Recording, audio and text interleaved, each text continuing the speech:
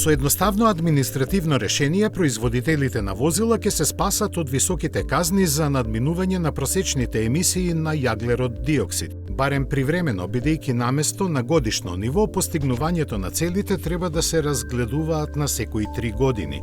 Така, без да се менува законската регулатива на производителите, ќе им биде дозволено сега да ги надминат праговите, но за да се спасат од казните, треба во наредните 2 години да го надоместат тоа.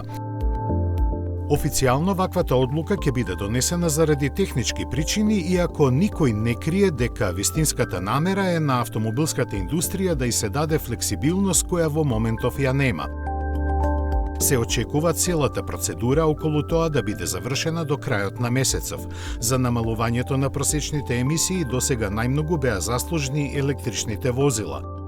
Но заради слабиот интерес за нив, автоиндустријата ја очекуваат милиарди евра казни, бидејќи се плаќаат по 95 евра по возило за секој надминат грам. Единствен начин да се спаси од нив е здружувањето во виртуелни сојузи со некој производител на електрични возила, за што според аналитичарите плаќаат по 300 милиони евра годишно.